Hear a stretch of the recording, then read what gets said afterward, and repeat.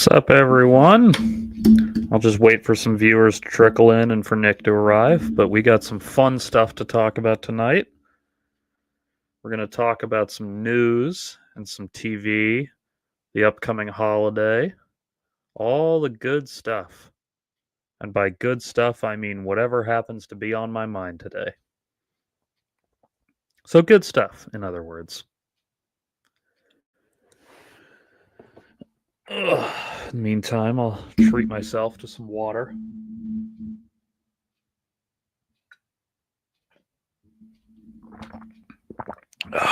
And the ASMR of me swallowing it.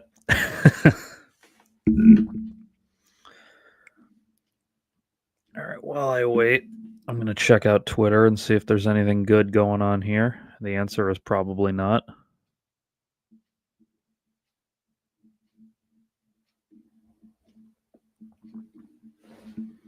Smiling Friends. Why is Smiling Friends trending?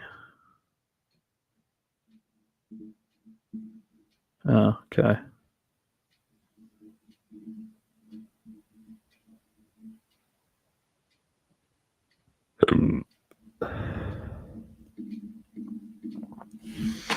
So how's everyone doing tonight? You guys excited for Genocide Day, which is what I call Thanksgiving? I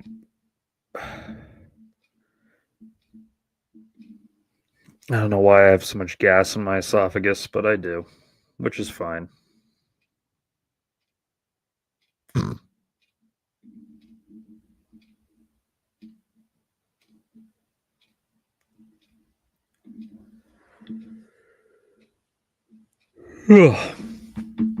Oh, man. I had pasta for dinner, as I often do, and it was very good, don't get me wrong, but I'm very full. But I'm powering through because I love you guys more than I love sitting on my fat ass and watching Star Trek. Honestly, well, it's in contention, I'll say that much.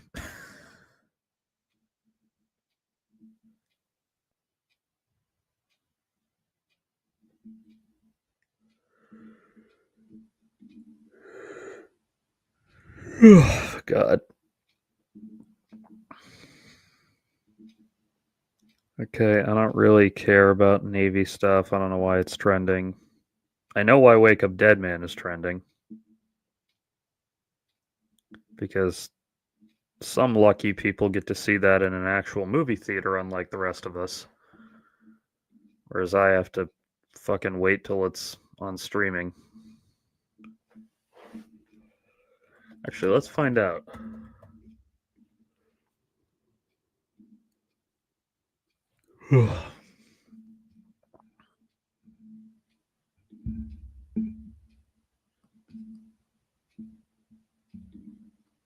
Let's see.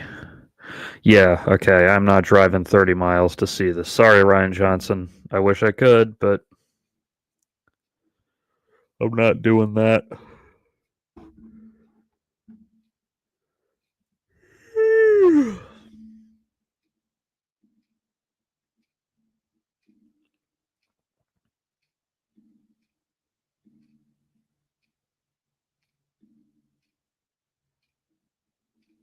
Oh shit, what is this?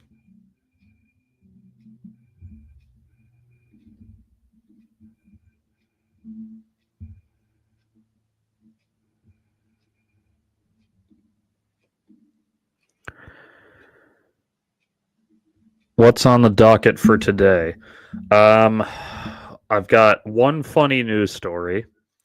I've got some pluribus stuff to talk about with Nick, and I don't know, Star Trek? You think I have structure to this fucking show? You think I take my job seriously? I do not. I show up mostly sober and I figure out what's going on from there.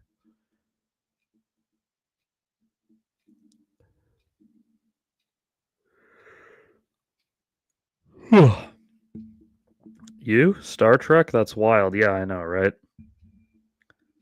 Hey, man, I got back into it recently. I started watching fucking TOS again. I forgot how good it is. It's got Kirk talking a computer to death like 7 fucking times across the whole show. Good for you for showing up mostly sober. I just got high as shit on break. That explains a lot, but thank you, Demiurge Believer. You're a good friend.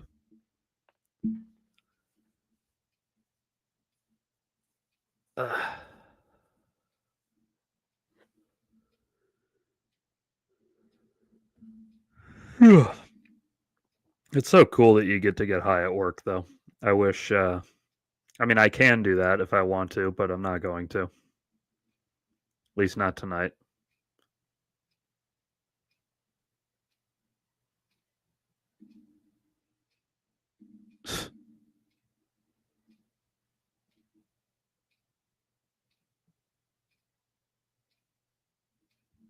Interesting. Okay.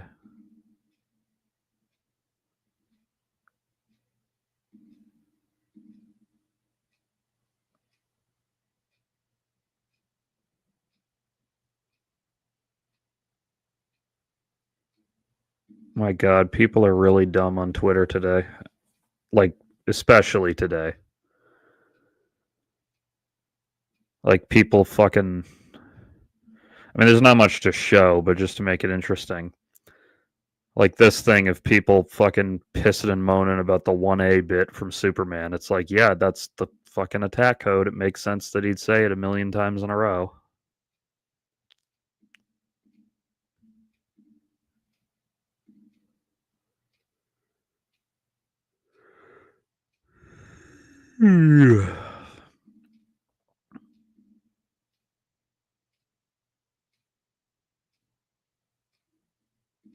Oh my God. Eh, eh, eh, eh, eh, eh.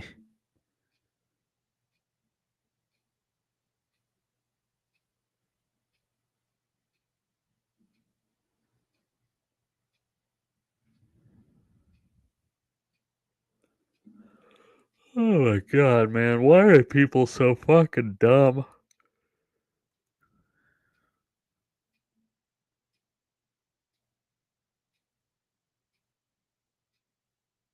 Oh shit, is that true? I have never thought about this. Finally, somebody on Twitter who isn't stupid. You guys ever think about how when they introduced Robin, a kid whose older brother slash dad slash uncle loved him unconditionally and took him on crazy adventures?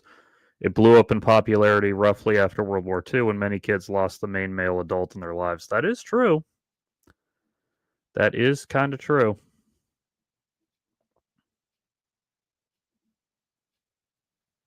Okay. Yeah, I know what scene they're referring to.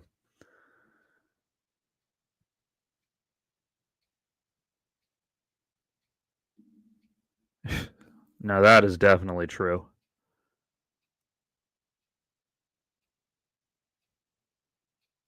And I'm taking this off screen in case something bad shows up because it is my Twitter, so there's a distinct possibility that there's like actual pornography on here.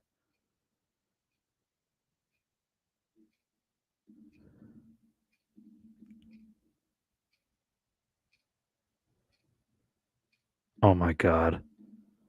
Now this I believe is going to happen. I think that there is a distinct possibility this happens. Ugh. Though I don't know if JD Vance is an actual Star Wars fan, like enough to know what the Yuzhan Vong are, because I saw his takes on Last Jedi, and not only is he an adult with a strong opinion on Last Jedi, which is cringe enough on its own, he has the incorrect strong opinion on it.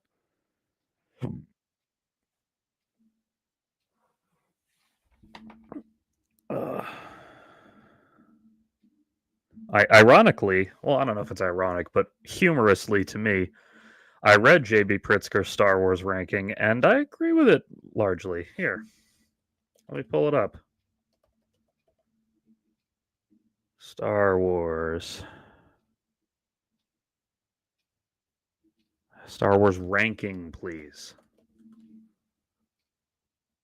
Okay, this should do. I can close this. Thanks. Thank you for not actually typing what I wanted.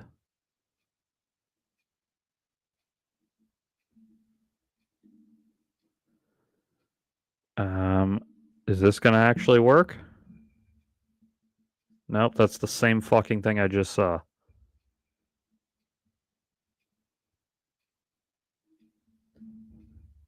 Axios? Is Axios gonna do its fucking job? Here we go. Here we go. Here's Pritzker's Star Wars rankings. And piss off. I don't need you. Go away. I mean, I don't like. This wouldn't be my identical ranking, but like, I definitely agree the originals are the best.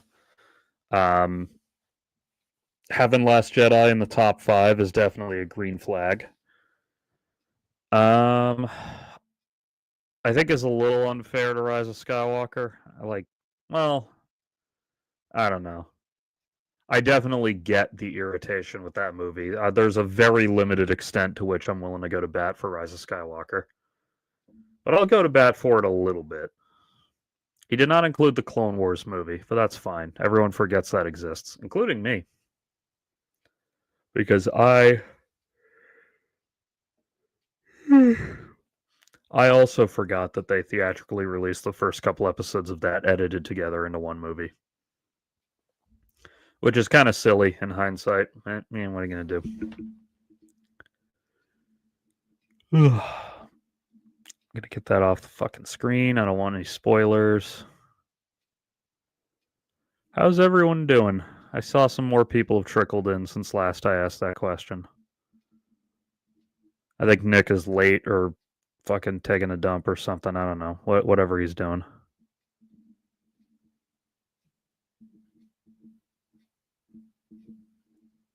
Yeah, that does look fake. Okay.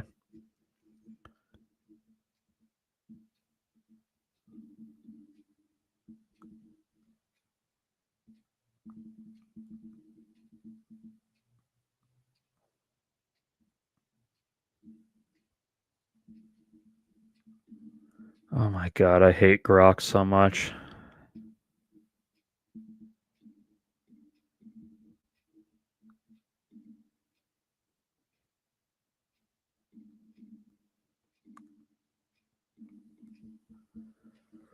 This is interesting. Smiling Friends will never get a Rick and Morty type fan base because no one thinks you need a high IQ to understand it. Half the reason Rick and Morty fans are so annoying is because of the Redditor millennials who thought they were smart for liking the show. Now, I hate to quote the fucking copy pasta, but Rick and Morty is fairly smart. I mean, it's not like you don't need to be a genius to get it. It definitely has its dumb, like, dick and fart jokes, but it does have jokes in it that are fairly intelligent. Like, it does have, like, science jokes where you're like, oh, I get that, because blah, blah, blah. Like, yeah. Like, the first time I saw that fucking copy pasta, I was like, until he started talking about his fucking, like, girlfriend IQ thing or whatever, I was like, oh, yeah, he's got kind of a point. And then it launches into what it looks like.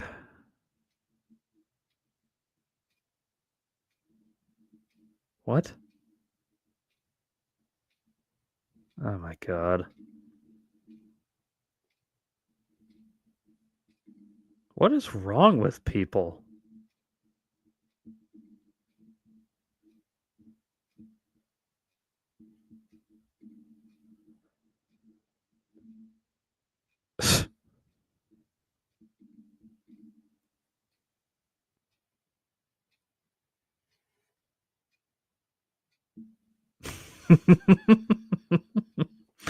All right, I'm saving this so I can show it to Nick. Sometimes the world is lovely.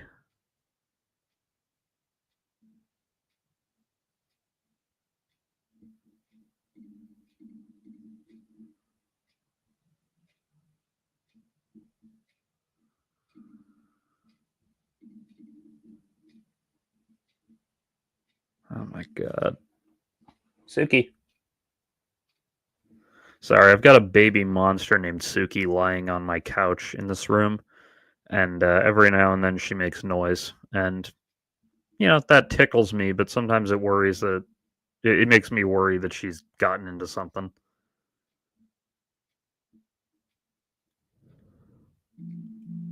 Who the fuck is this? Best Buy. Fuck you, Best Buy. I don't care. Eat my shit in the hair.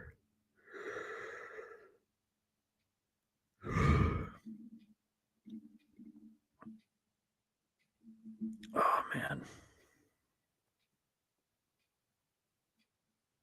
Hm.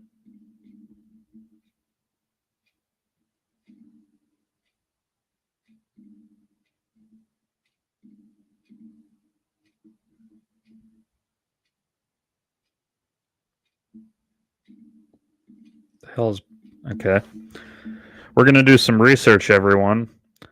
We're gonna find out what the hell Bronze Age mindset is, even though I'm probably afraid.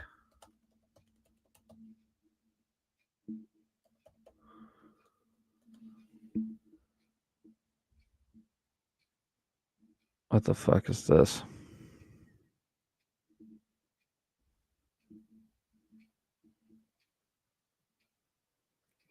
Oh my god, this is wow, he literally calls himself Bronze Age pervert, huh? Okay, I think I know exactly what this Hmm? Okay. Well, my Amazon algorithm's gonna be all fucked up now.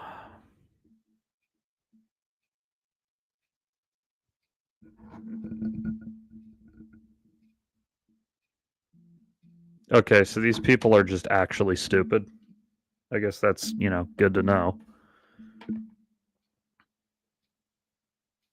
I don't need to understand the new right. I understand them perfectly well. They're stupid. They're dumb animals. They need to be herded around like fucking cattle because that's what they are.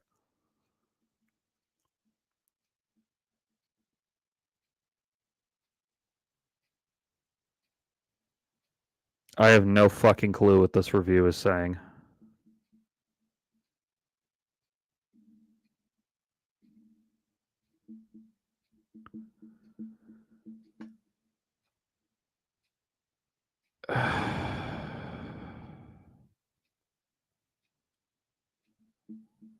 What the fuck is this?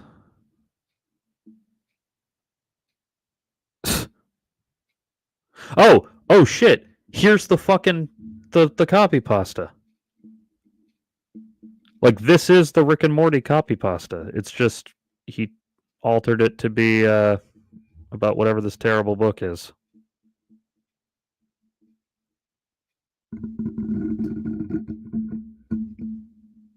Overt racism and edgy internet references. Always a great sign from an actual fucking book.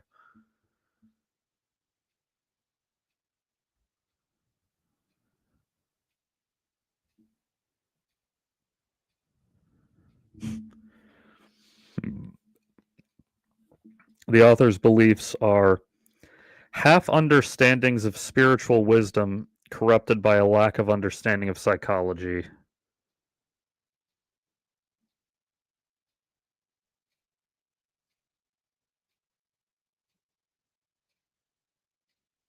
Okay, yeah, so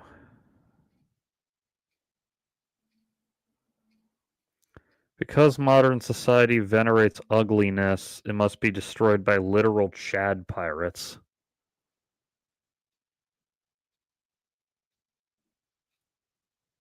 Um,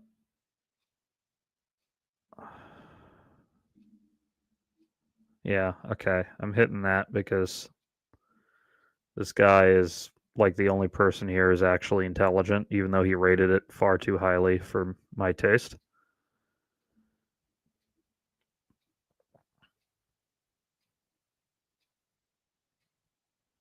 Okay, this is fucking weird, insane Nazi shit.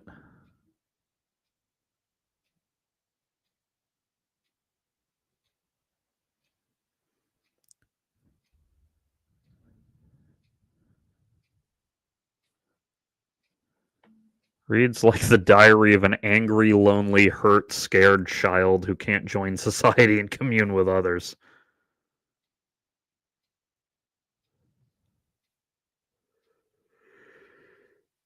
Oh my god.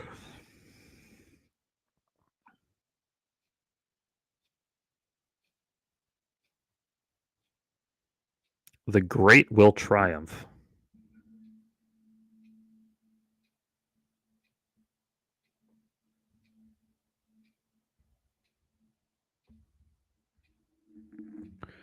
Well, this person's review is actually helpful. Sometimes strange, sometimes rambling. Isn't it always that? Because the guy who wrote it is fucking stupid.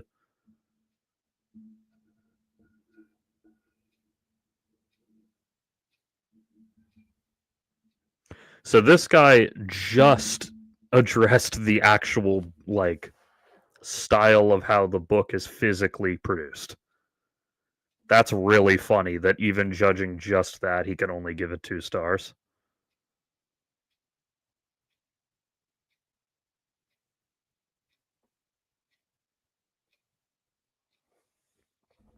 Oh, so hang on. This guy actually is a bit of a Nazi because he's saying like greater potential of this book. Okay, that's not good. Mein Kampf for the 4chan generation with a 4-star rating.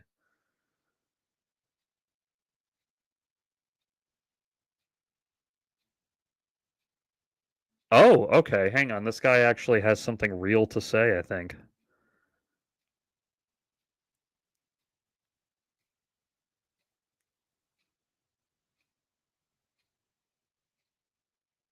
Bug like yeast people.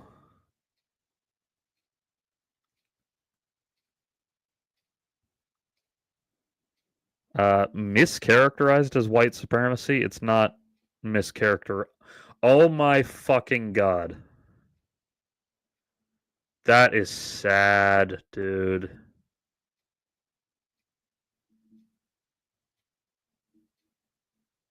This is so depressing. Like, Jesus.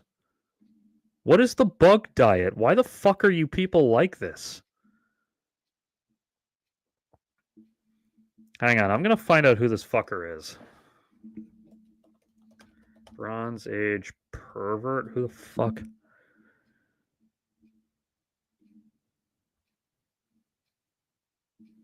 Of course he's. Oh my god, of course he's fucking Romanian. Of course he is. Jesus. I don't know what it is about that section of the fucking earth, but they all turn out like this.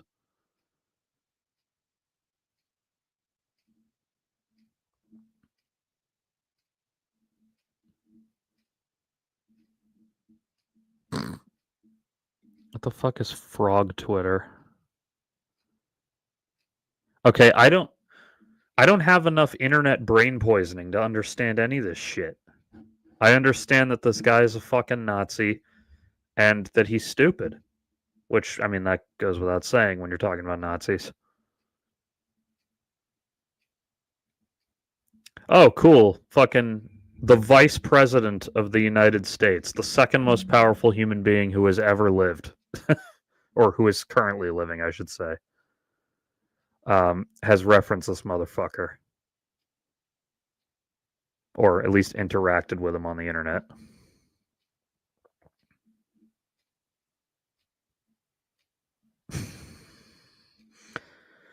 Bronze Age mindset is written with intentionally poor grammar. Are you sure it was intentional? I mean, this guy, he's not striking me as one who's very knowledgeable of, well, the world in general.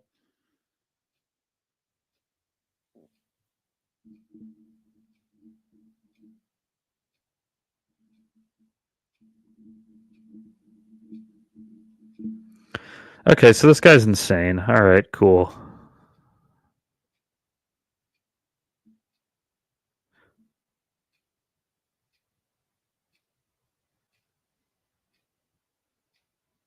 What the fuck?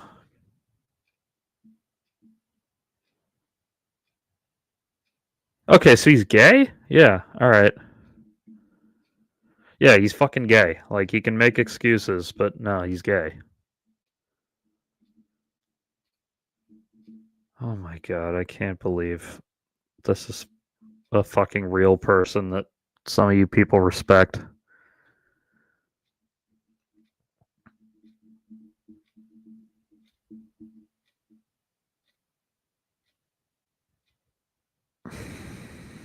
Oh, this is a great comparison to make.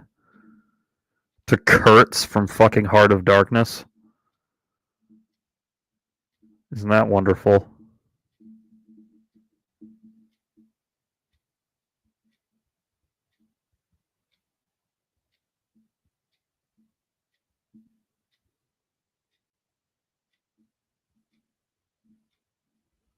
It's interesting that the film version of Kurtz has his own Wikipedia article as opposed to the book version of Kurtz.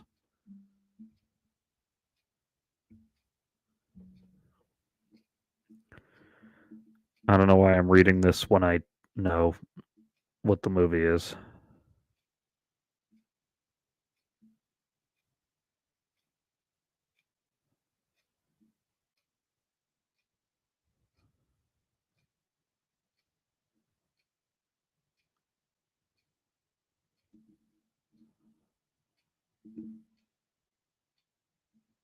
The fuck is Project Gamma?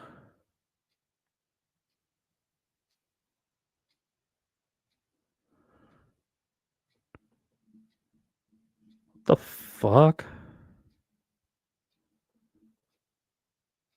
Jesus Christ.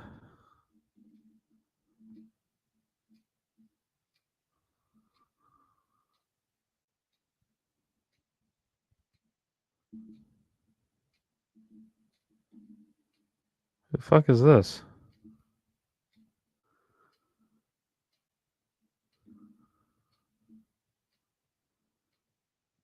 Okay.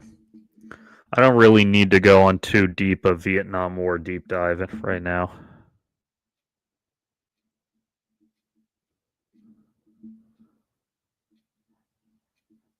Oh!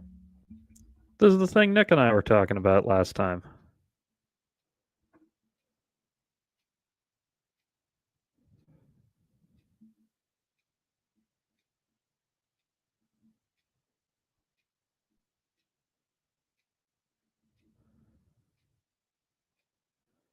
Who is this fucking guy?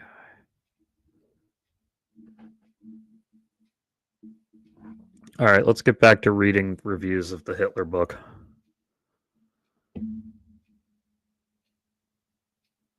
Yeah, that's fair.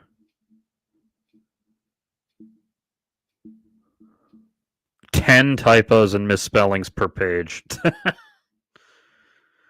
Isn't it great?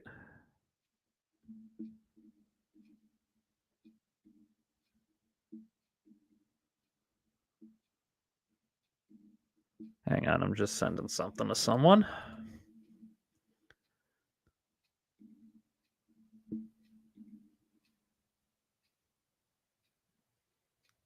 Come on, Facebook, you can do it.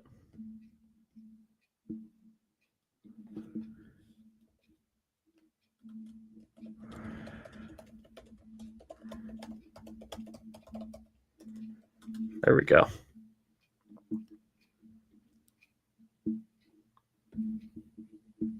I actually don't need this open.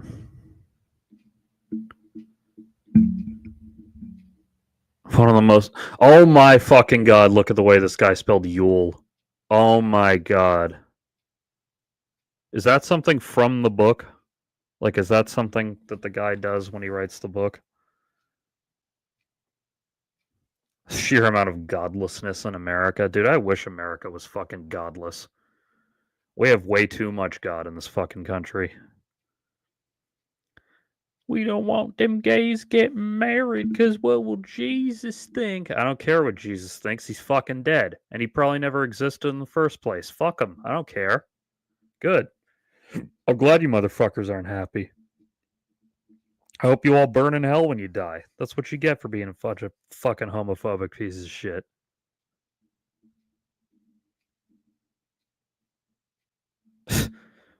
Midwit repellent? Are you sure about that?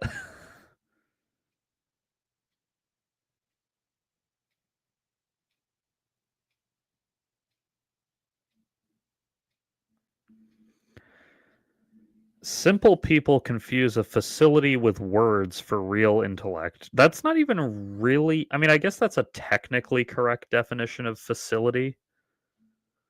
maybe. I don't even know for sure because I've never heard anyone write that way, but that very much seems like the way something would be written by someone who thinks he's smart.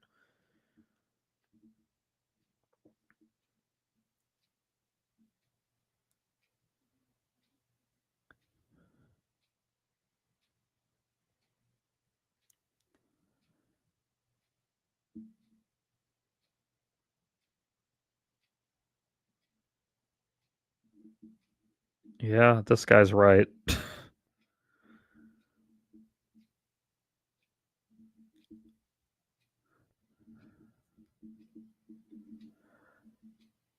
My God. I saw the face of God. Jesus.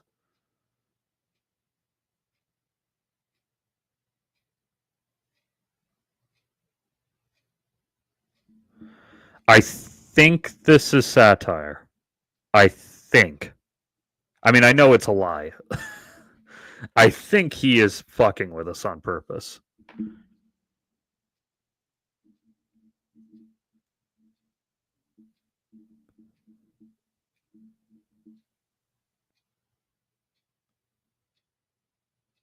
In fact, I think like most of these are fake.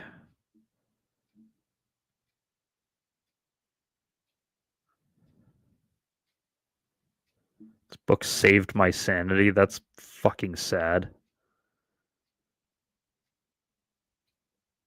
What is fucking Bugman? Why are you talking about bugs?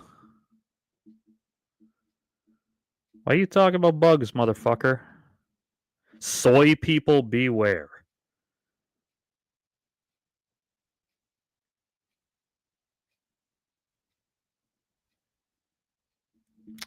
All right, I'm finding out what fucking bugmen are. I hate to do it. I'm doing it in an incognito tab because I don't want to fucking know, but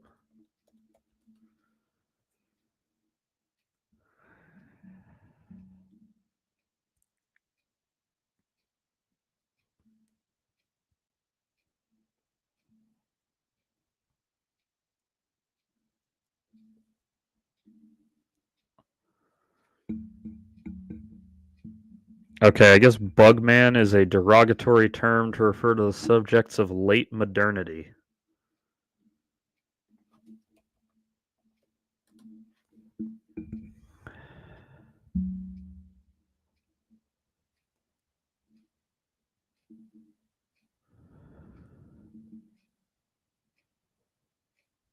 Okay. I guess there's also a bug named after Hitler, which is for some reason a subject of discussion.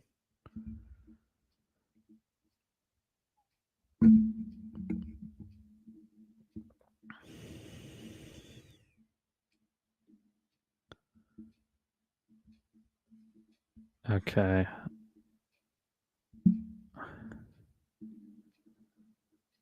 Uh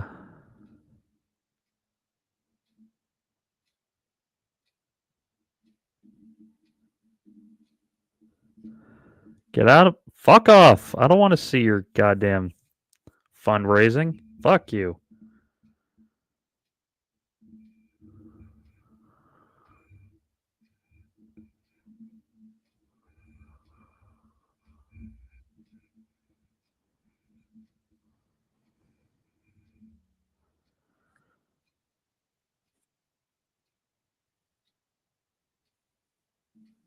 Jesus Christ, the Nazis are fucking insane.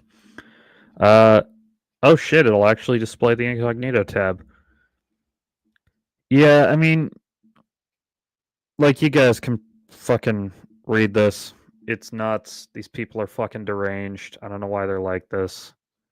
Probably because their dicks are small or because their mommies didn't love them or whatever.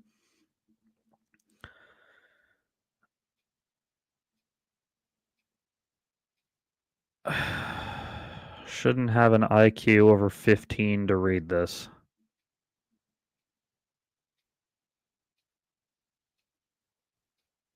Why'd you think it would be insightful? Why the fuck would you think that?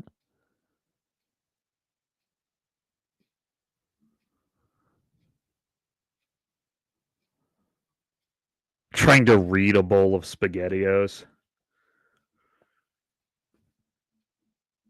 Fuck it, I'll throw you a helpful masterpiece.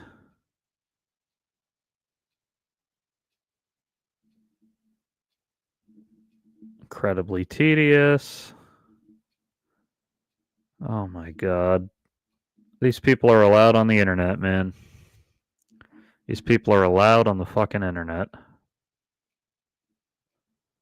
Though it looks like a lot of people are fucking around here. Alright, that makes me feel a little better, I guess.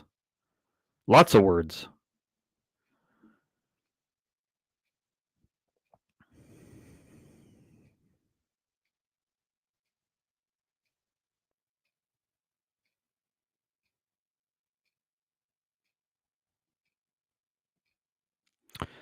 Okay, yeah, so this is like I'm 15 and this is deep. Alright.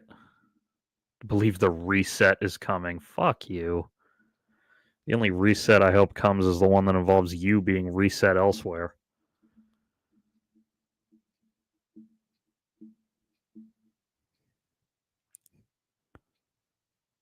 Federal psyop for disgruntled youth. Oh, I finally finished it all. Alright. Well, that's fucking Bronze Age mindset. I guess that's I guess that exists.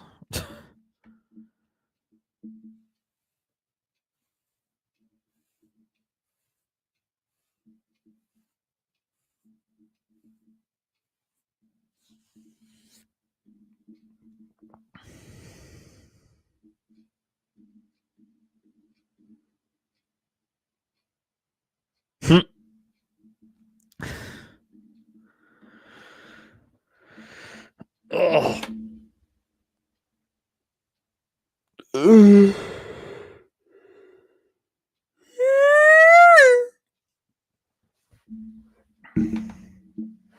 yeah, you guys like this shirt? It's Ellie from Last of Us. This is her shirt. It's cool. You can get it distressed or not. I went with not because it'll get distressed on its own from me wearing it.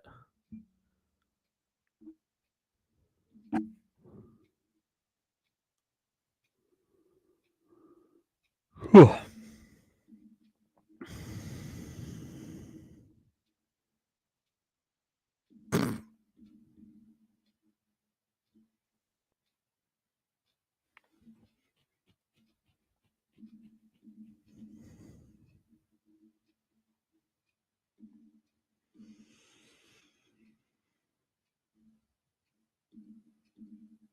Oh yeah. Fucking Erica Kirk is still, pretending that she gives a shit that her husband got killed.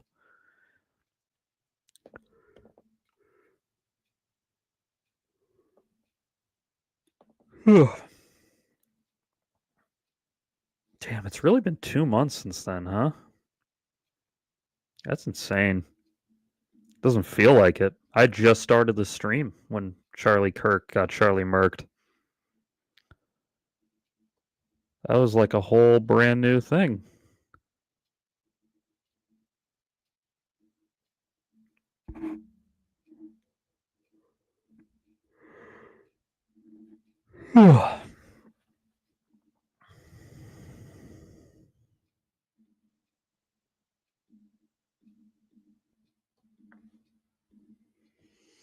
Twitter is so much better when you block all the Hitlerville shit. It's really great.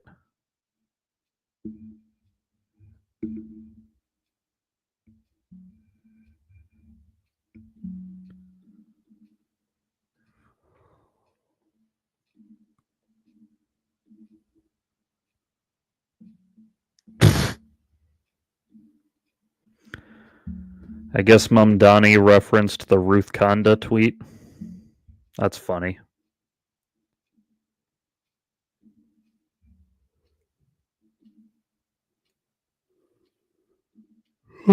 Sorry, I'm just trying to figure something out here. Oh. Hang on. Oh shit, it actually works. Nice. Okay. I didn't realize that these hotkeys actually work. I've been fucking actually pressing the buttons like a goddamn animal.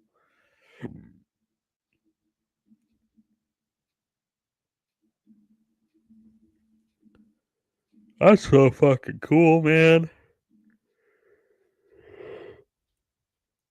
I can actually be a real professional now.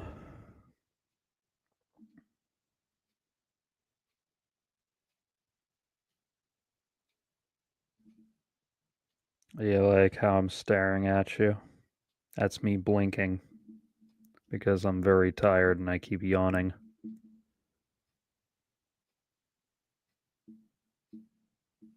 Okay. Come on.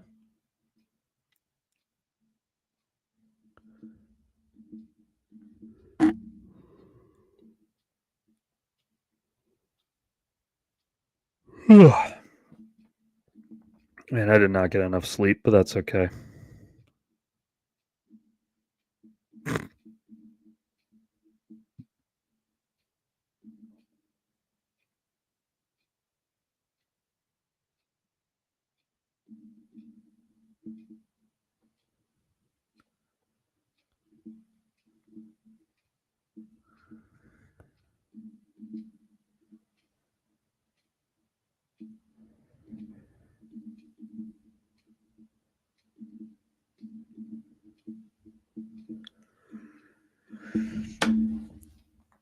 Ugh.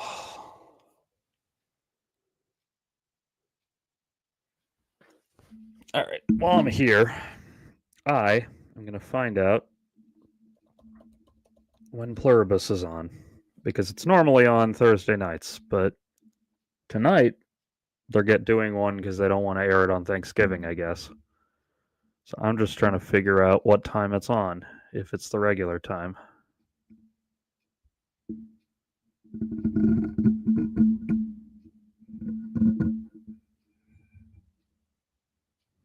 Hmm.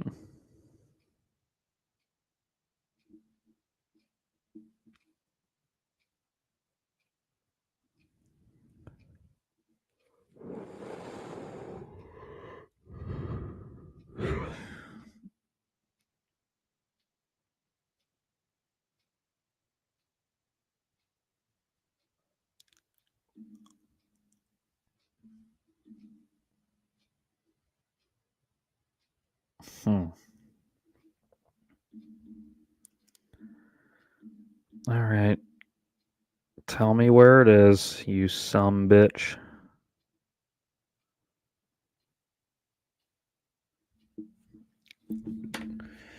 Come on, you dickhead.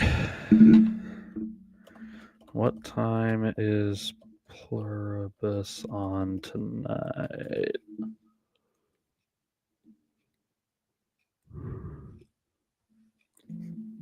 The fuck keeps goddamn texting me?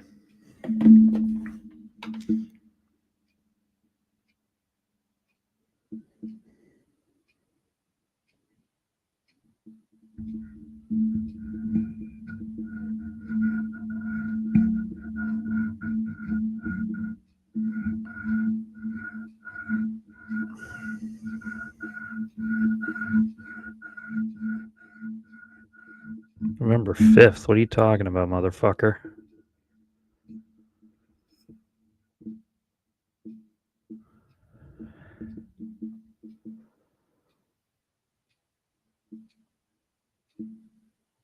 Oh, 9 p.m. All right, there we go.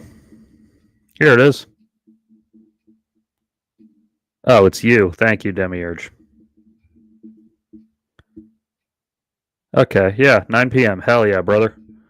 All right, the second this fucking stream is over, that's what I'm doing. I'm tempted to just fucking end in 9 minutes and say fuck you all and go watch it, but instead I'll stand here and dance like a monkey for you ungrateful degenerates.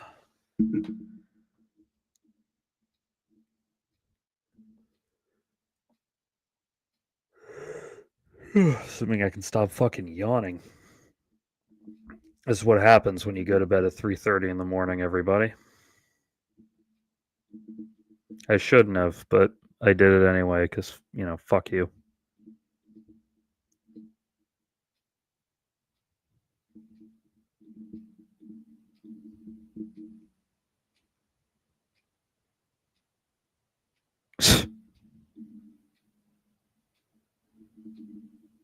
Look at this. Unemployed son dressed as dead mom to collect her pension. You know what? I'd say give it to him. Like, her pension should have gone to him in her will anyway. Why not, right? I mean, where else is the fucking thing gonna go?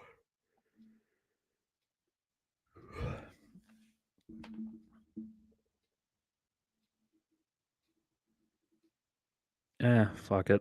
I'll toss a like to that.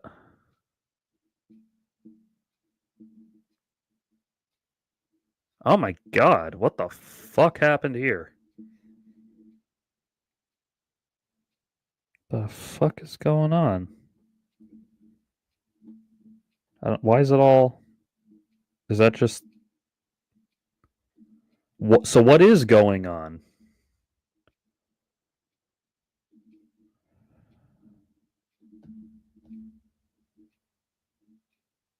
Oh god. Oh god. Why am I liking all this?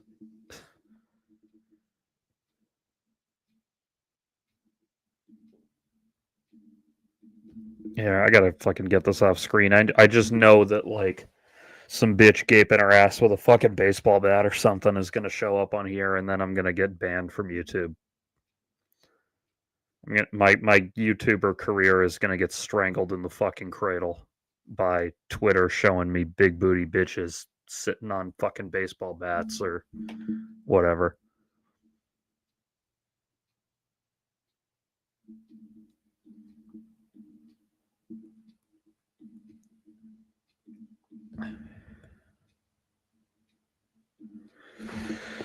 Oh, I'm so thirsty.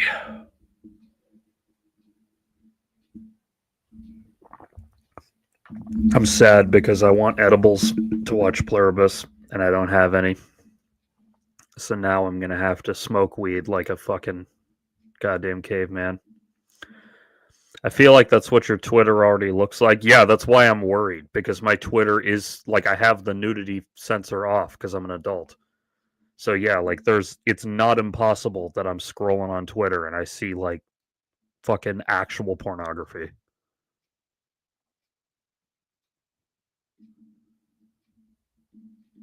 Speaking of actual pornography, who is this person? Because she's very, very pretty.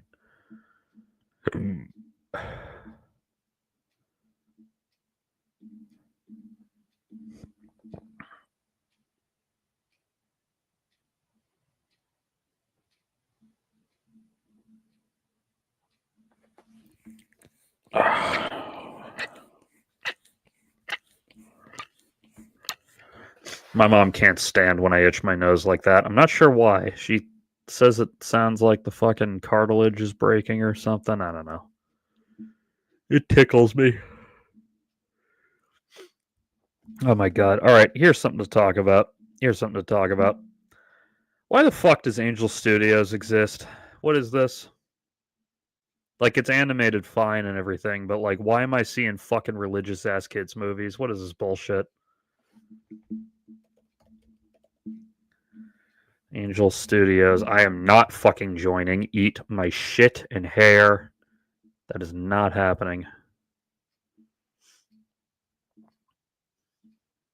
The fuck is VidAngel? Oh my fucking god. Oh.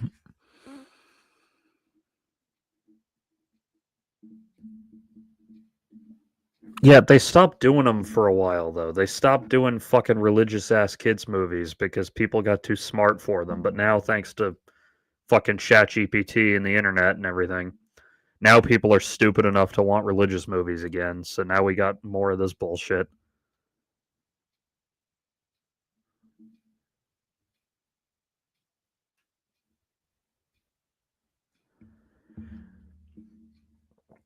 It censors profanity and nudity. I got a better idea. How about you control what your fucking kids watch, assholes? How about that? How about you be a parent and you worry about that? Like, if you don't want your fucking kid seeing goddamn gore, then don't let them watch RoboCop or fucking Predator or Terminator or whatever the fuck.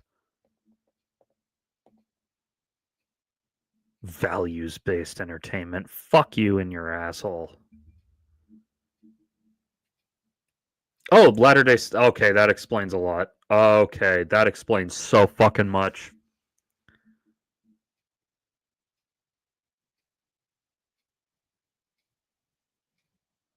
According to Neil Harmon, the brothers wanted to be able to show any movie to their children without worrying about explicit material. Well, that's not how a fucking movie works, motherfucker. Some movies have shit in them that's not appropriate for kids. So what you do is you wait till the kids are older and you show it to them then.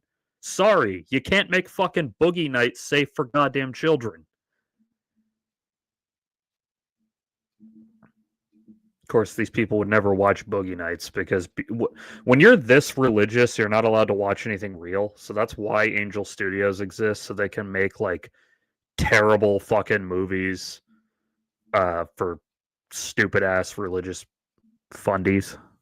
I'm trying to not say anything that'll get me canceled. Dry bar comedy. Stand-up comedy sets filmed in Utah that are generally clean. Like, oh, so not funny then? Yeah, it is. Thank you, Demiurge. It is always the fucking Mormons. Oh my god, I fucking hate these assholes so much. I don't know how we haven't like invaded Utah and militarily occupied it for 3 generations to break the back of this fucking cult.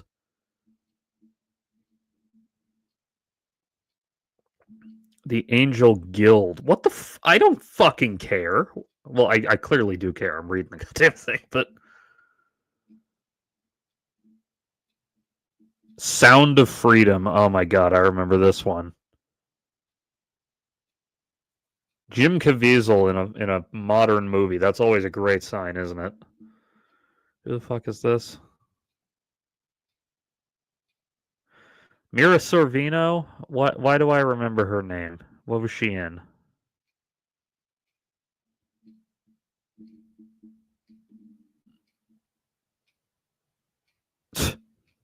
Dated Tarantino for a while? That's amusing.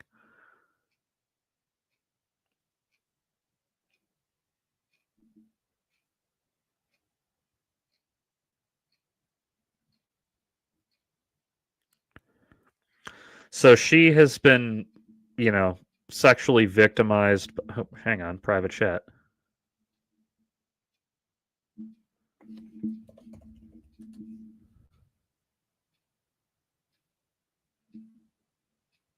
Shit. Oh, here we go. Hey, how you doing? Oh, it worked this time. Last time I tried, it didn't come up. How we doing, folks? Oh, yeah, I was wondering, because the fucking link I sent you, appears to have not sent all the way. Like, it took a few tries to... Okay. My apologies. Don't worry about it. Anyway, what are we doing today? We're making fun of Angel Studios at the moment. Angel Studios? I don't know if I'm aware. Who are we talking about? Oh, before I get to it, there's like half dozen docuseries on every streaming platform about crazy Mormons going crazy. Yeah. Oh, we're talking crazy Mormons. Well, Angel Studios isn't specifically Mormon, but its predecessor was founded by Mormons, which explains why it's like this. Do they also own my jeans? I don't get it. Oh, most of the 23andMe style companies are owned by Mormons, actually, and it's to build a giant bank. Oh, I had a Sydney Sweeney moment. I thought you were talking about your actual, jeans as in your pants that you're wearing. Oh, wow. I am wearing jeans today. I didn't even think I was. Because, I don't know, maybe fucking Levi's is owned by Mormons. I don't know. Who is Levi? Presumably he was the guy who invented jeans, but now he's dead, and now there's just a company named after him. Well, who is Strauss? Strauss was the dude from Red Dead Redemption 2 who would give you the little... I Okay. apologize for my late entry, but what are we exactly talking about? Is it just Mormons? Well, that's just what I went off on when I was waiting for you because this is not as much fun to do alone. But hey, what are you gonna do? Wasn't So there something that you wanted me to talk about? Oh, the Weird Al thing? What Weird Al thing was it? You were telling me something about how Robert Plant was being like a dickhead about letting Weird Al parody his work, and I said save it for the show because it's got to be really funny. Oh, Weird Al he has great relationships with most people. Yeah. And so he's able to get interesting songs out that you wouldn't exactly expect to exist. And I think I remember the one I was talking about. So do you know Usher? Like, do I know who he is? Yeah. Yeah. Like do you like know his music or like any of his songs? Like, I couldn't sing one, but like I know of him, and if you played one, I'd probably go, "Oh yeah, that guy." So he has two that crack me up. The first one's called Confessions. And the second one is called Confessions Part 2. Okay, this sounds familiar, but go on. And so the whole idea is he's got to give his girl some confessions because, baby, I've been being a player and I got to tell you what's on that date. And I've always found it funny he made Confessions Part 2. So did Weird Al. He's like, all right, well, fuck it. Here's Confessions Part 3. I mean, why we have Confessions Part 4? How much shit do you have to say to your girl that you have to make a song about it as an apology? Yeah, like what did he confess? Like, was it just that he fucked a bunch of women behind her back, or? So Confessions 1 is pretty much like, yeah, I know I cheated. Here's my thing. Okay. Yada yada yada. I was dealing with a bit. Na na na. It's just I cheated. Here's how. But then Confessions 2 is like, wait, did you do it again, nigga? Like that's the whole point. Like, are you serious? Like, are we cheating more? I want YouTube to note that I am not the one who said that word. I want YouTube to know that if you actually have a problem with me saying it, it's racist. Contact Aaron Magruder for problems. I don't think they do. I think it's allowed, but I'm not taking Very the chance specifically, of trying it out. is allowed if it's me saying it, and if they have a problem, contact Aaron Magruder, bro. Yeah. Oh, by the way, before we go off on Weird Al, speaking of black people saying racial slurs, did you hear about this story? Whoa. Remember, white people say racial slurs. Black people say words to each other. True. No, this guy didn't say anything. This is just his name amuses me. I'm not saying just pat the success. Oh, no, sorry. How do I get rid of this fucking ad? Call them Motherway. Here, I'll show you the tweet. Thank you. Oh. Nice. He said in one of his little like in an interview or something that because he was named by his father, that he is under the impression that his dad didn't know who Hitler was when he named him that.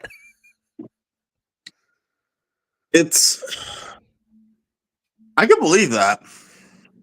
Or maybe like knew who he was but didn't know what he was all about, maybe? I don't know. Well, I think it's more... Hold on, I'm going to sneeze again. Sorry. Thank you. So, when you can't read another language, that's embarrassing. Yeah. And like, you might get a little bit about someone does big XYZ. You don't know what XYZ is. You know he did something big, and so let's name my kid after him. That could go wrong really quickly, really fast. Did you ever read the Alex Rider books when you were a kid?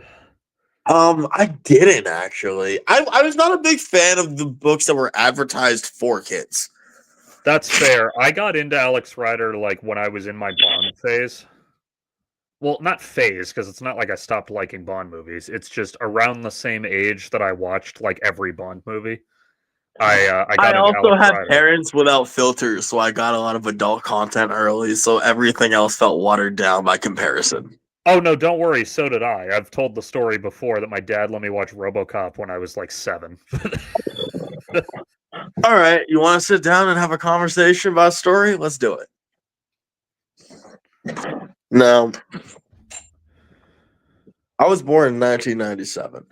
Before I go off on this, the only reason I brought up Alex Rider, and I'm just saying this before I forget, one of the villain of the second book, I've told he's like the white supremacist cloning guy, like the South African whatever. Well, he's trying to remake Hitler?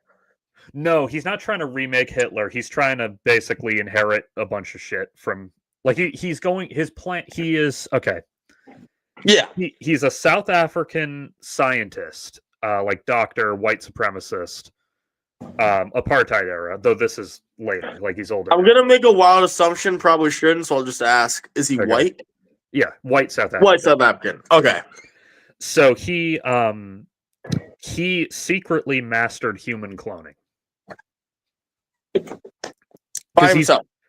Yeah, like he is like the world's he's a brilliant geneticist, and he's also the world's leading expert on reconstructive plastic surgery. Does he do it on living people or on like Jurassic Park ass things? Well, so that's the thing. He's not genetically modifying existing people. He just figured out how to successfully clone himself. But does it have to be living? Is what I'm asking. I don't know. He has to do it the old-fashioned way. Like he can't just insta-clone. He has to like grow it. Yeah, like plant it in an ovum and everything. Oh, he's put in a woman. Yeah, so he has like 9 or something. We can grow babies in tubes. What do you mean? Like in real life? The book was written in 04-ish. Maybe that's part of it. We could definitely. I had a friend who I grew up with, or didn't grow up with, but I went to school with. They were my age. They didn't have a belly button, dude. I don't know then. Anyway, I don't get into the women. The point is that he has 9 or so sons. Okay. And who are like clones of him, but they're all like 14 years old because that's the age they need to be. Okay. So he, in his like cover identity, is running this fancy pants boarding school in the Alps. That's where like businessmen and politicians send their kids. It's for like the upper crust of society. And his evil plan is to kidnap all those kids, give his sons plastic surgery to replace the kids, and then wait to inherit all their parents' money and power. Anyway, so the hero saves the day and he stops the bad guy in the second book. And then in the 9th book, the one who looks like him, because that was his cover identity as one of these rich kids, comes back for revenge. The whole reason I thought of this, at the beginning of the book, his clone is explaining how his name is Julius because him and all of his brothers were named after dictators from various eras of human history. I hate this. I hate when people name Julie. Okay. Yeah. Yeah. He's the only one we ever actually meet, but we know from his description that there is indeed an Adolf. There's like a Genghis. There's a Benito. Like they're all named after dictators. Julius is the only dictator. You had a Khan, an emperor, and a Führer. Well, yeah, but authoritarian despot, basically. Because that's what matters. Julius Caesar wasn't a despot. Look, man, that's where people get weird. It's because they took the word dictator and got strange with it. He literally wasn't a despot. The books were written for 13-year-olds. I'm not going to criticize their lack of nuance in the term dictator. Where's the tact and Roman accuracy? This is why I don't like talking about Romans with people. I really appreciate the fact that you are a big Roman and Greek history buff, and unlike seemingly all the rest of them, you are not Hitler. Bro, I'm not pure, or rather, I'm not pure pro-authoritarianism, but I like to acknowledge how there were different levels of power structures that existed that were considered. They kind of rolled and moved with them, but it's not humans assuming that there's only one level to social civilization, because that's lame.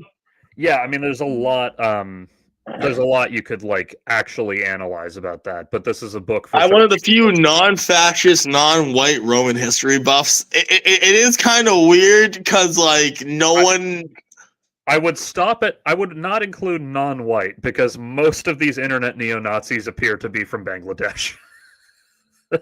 No, absolutely not. I feel like that's just some of them because they're trying to fucking advertise something that's going on in a different part of the world right now, which I get that. True, but anyway. Oh no, but there's a bunch of fucking white people I meet that are actual Nazis in our own world. Yeah, no, don't And, worry. like, they're all Roman history buffs, and then they're all secondary Viking history buffs. If I have one more guy try to explain to me what he knows about runes, I'm a flip. Yeah. Because like, silly. Speaking of those, and I don't want to get too far into it, but I just want your take on it. You've heard about Graham Plattner, right, in Maine? I don't know if I did. I apologize. He's a progressive lefty Senate candidate right now. Okay, yep. And he he's a lefty now. He wasn't always, because like he was one of those kind of like weird median guys who was progressive as a teenager, joined the army for like financial reasons, stayed for a while, got brain poisoned a little, and then when he got out, unlearned it, like that kind of thing. No, he's allowed to, like, that's fine. Yeah, well, anyway, so when he was like 23, I think he was in the Marines. Anyway, whatever he was. When he Thank was you for like, your service, man. Sure. Yeah, when he was like 23, they were on shore leave in, I think, Thailand or... No, not Thailand. It was somewhere else. Where are we going with this? So they got super fucking drunk, as 23-year-olds on shore leave do. And They being him and his other soldiers. Yeah. Soldiers under him or soldiers alongside him? Alongside. I don't think he was in command. Yeah, here it is. Marine Corps School of Infantry. So where was he on fucking shore leave? Oh, here it is. Versus fucking... Oh, Croatia. That was it.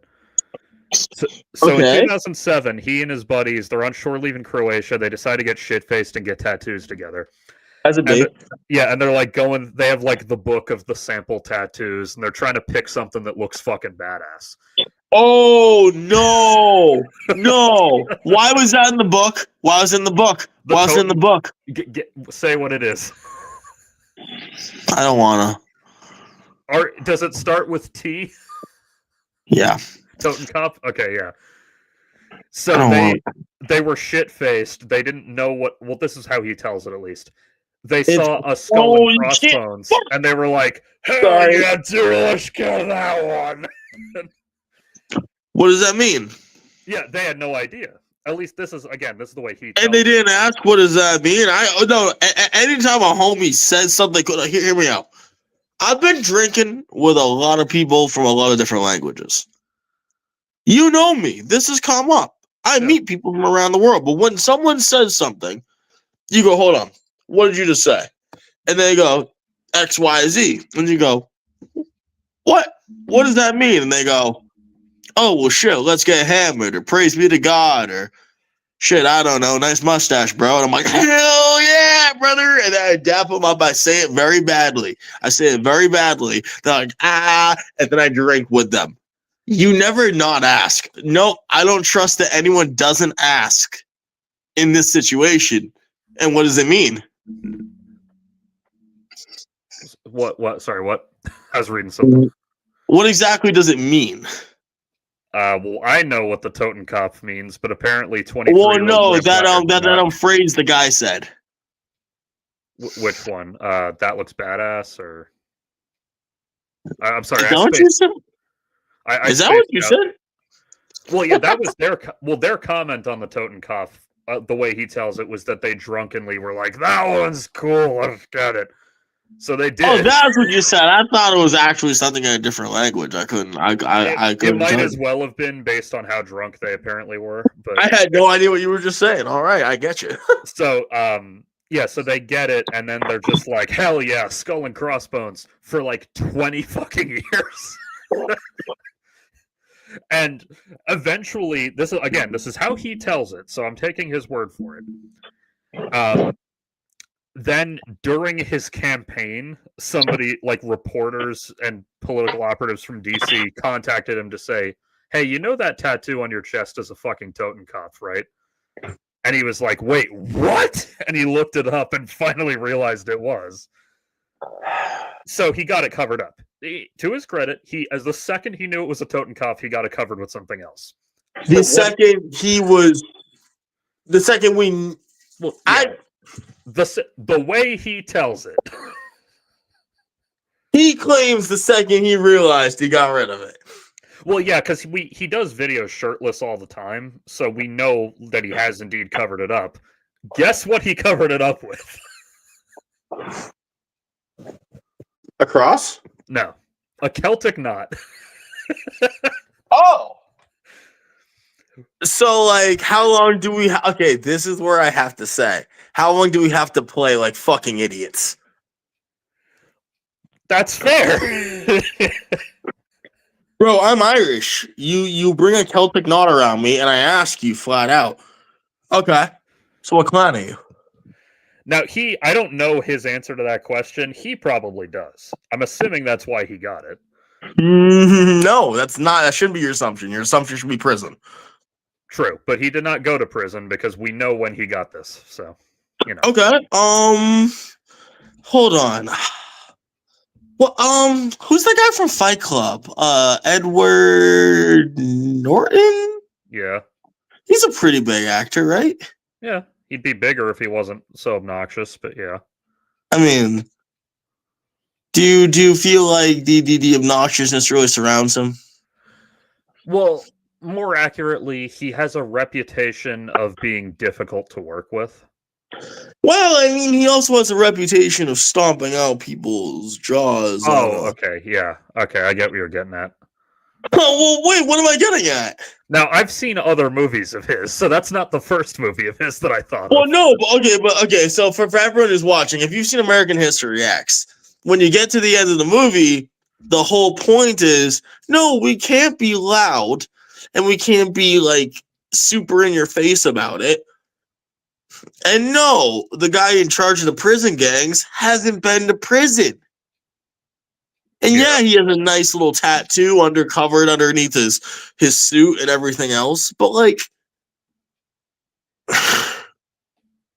how is this not equivalent to rising to a position of, oh, yeah, no, I haven't been to jail, but let me just make actual prison tats my personality? True. Yeah, I mean, I'm not, like, personally attached to Graham Plattner, but because he advocates for my politics, I'm willing to give him a lot more benefit of the doubt than I would to someone else with this fucking story. No one who has a Celtic knot is my politics. Yeah, I mean... I just can't trust them from a personal level. I can trust them on a small scale, short-term engagement level, but not for my interests at all. Yeah, I'm reading his fucking political views section right now, and I can't see him as representing me. I wouldn't feel comfortable. That's fair. Now, that story I just told you, as silly as it is somewhat plausible. It's plausible, but okay, let me put it this way. It either is a lie which highlights his lack of care, or it's a truth that highlights his lack of intelligence and education. Well, yeah, he's definitely not like I don't think did he even go to college? I mean, offhand, I wouldn't know, but it does not mention. Oh no, okay, here he did. He went to George Washington University. Oh, he went to GWU. That's where I'm trying to go for law. Yeah. Oh, I didn't know that. That's cool. Yeah, GWU or Georgetown.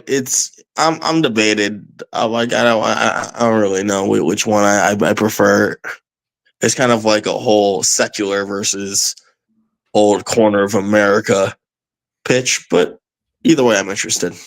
Now, obviously, I'm narrativizing a little bit here, but based on what I'm reading here, it appears to be that serving in the military basically, like, not radicalized him, but seeing how taxpayer military dollars were being funneled directly to fucking Blackwater seems to be, like, a key thing that led him to, like, quit.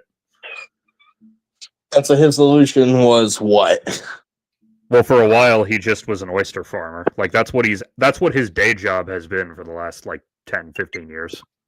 I feel like is that expensive? He did not. So, according to this, he owns the company as of 2020, but he worked there for 10 years before that. Oh, okay. He says the business does not make much money, but he's able to supplement his income with benefits he earns as a disabled veteran. All right. So between the two, he has like a half decent living, I guess. As an oyster farmer. Yeah, he's like a harbor master or whatever. Where? In Maine. Oh, that's nice. Yeah, so also, if you're wondering, so like I feel like his progressive politics are fairly genuine because, as it mentions here, at age 18, he was quoted in the Bangor Daily News at a protest against Bush and the Iraq War at Bangor International Airport. So that's cool, I guess. I mean, he's long invested. Yeah. Oh yeah, so in his yearbook superlative in high school in 2003, he earned most likely to start a revolution, appearing in a photo with a sign declaring free Kosovo, Chechnya, Kashmir, Palestine, Kurdistan, and Tibet. I don't know if I love or hate it. Yeah, well, again, you can't win them all, I guess. No, like I'm just jaded. I just don't know if it's signposting anymore. Yeah, I don't know. Like, I'll give it until he does something really fucking bad. I will give him the benefit of the doubt. And Speaking of which, so how'd you feel about your boy meeting with Trump? oh, Zoran? Oh, that was hysterical. That was fucking hilarious because Trump's psychology is that of a golden retriever. Like, all you have to do is just be polite, but show up. Shit. Okay, I'll wait for him to come back. I was wondering why he stopped moving. There he is. Sorry about that. So Trump has the psychology of a golden retriever because all you have to do is project strength, but be polite, and he'll roll over and show you his fucking belly every single time. I mean, it's interesting to see a lot of modern Americans trying to lean into, well, you need to be polite. Because, I don't know, that's kind of a new thing apparently for us. We haven't been doing that for a while.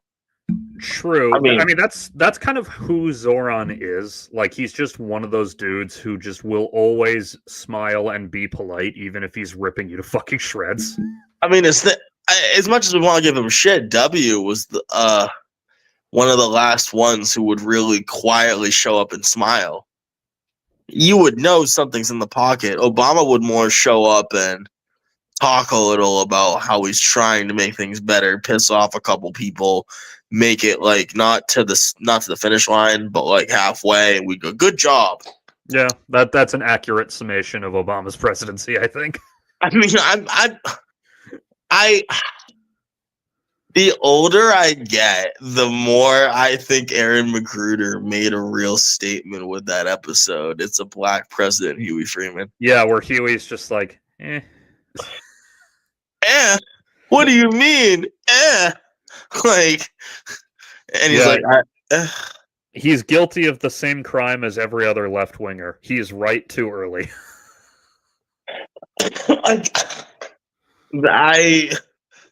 I almost, we've lost too much. We can't get more Boondocks, but we need more Boondocks. And that's where I don't know what we'd do.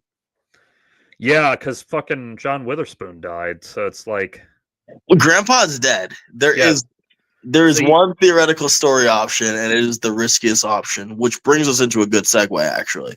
What's the riskiest option? I want to hear this. You pull a King of the Hill and you grow them up. That's what I was about to say. I was going to say you can have them as adults, like reconnecting when they have to move back to town because of a family tragedy or whatever. It is the most risky move and no one is supportive of this. Mike Judge has gotten nothing but hate for his pitch of the new season of King of the Hill. And when it came out, a lot of the fans from what I've seen, some in a few fan groups, they all sat there and went, "Oh, fuck, this is good." That's what I heard. I haven't seen it yet, but I've heard it was good. Okay, so are you like a King of the Hill big fan? Not really, but I know like the basics of it. So I'm going to get into a little lore here, if you don't mind. Yeah, go ahead. Hank and Bobby. Yeah. The original pitch is the boy ain't right. Yeah. Now, as the show goes on, it's the boy ain't right, but I'm trying to learn about him type shit. Yeah. And by the end, you realize the boy is right. Hank and Bobby just didn't understand each other.